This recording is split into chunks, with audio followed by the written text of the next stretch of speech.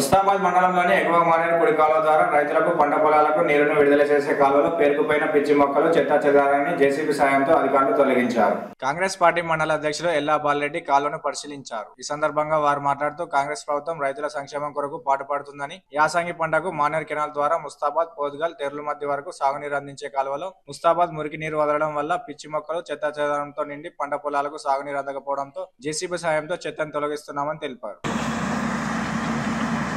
కాంగ్రెస్ ప్రభుత్వం రైతుల సంక్షేమం కోసం అనేకమైనటువంటి కార్యక్రమాలు తీసుకుంటా ఉంది.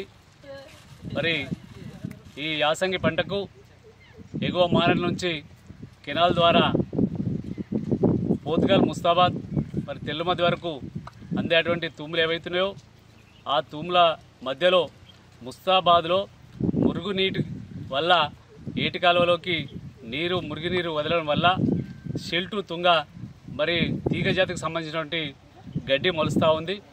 మరి వ్యవసాయానికి సంబంధించిన సాగునీటి ముందుకు పోవడానికి ఇబ్బంది కలుగుతుందనే ఉద్దేశంతో మరి మిషన్ పెట్టి ఈ దాదాపుగా 3 నుంచి 4 కిలోమీటర్లు దీన్ని సాపు చేస్తూ ఉన్నాం. మరి నిన్నగాక మొన్న టీఆర్ఎస్కు సంబంధించినటువంటి నాయకులు గగ్గోలు పెడతా ఉన్నారు.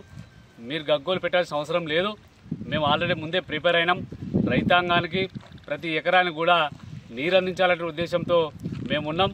మరి ఏదైతే కాళేశ్వరం నీళ్ళు ఉన్నాయో మరి ముస్తాబాద్ పెద్ద చెరువుకే కావచ్చు, ఇతరత్ర మీద ఉన్నటువంటి చెల్లరే కావచ్చు, అదేవిధంగా అప్పర్ మానేరు కూడా కాళేశ్వరం నీళ్ళు తీసుకొచ్చి మరి ఈ యాసంగి పంటకు రైతాంగానికి పూర్తిగా కూడా నీరు అందించేటువంటి కార్యక్రమాన్ని ఈ ప్రభుత్వం తీసుకుంటుందని చెప్పి ముస్తాబాద్ మండల కాంగ్రెస్ పార్టీ పక్షాన నేను చెప్తా ఉన్నాను.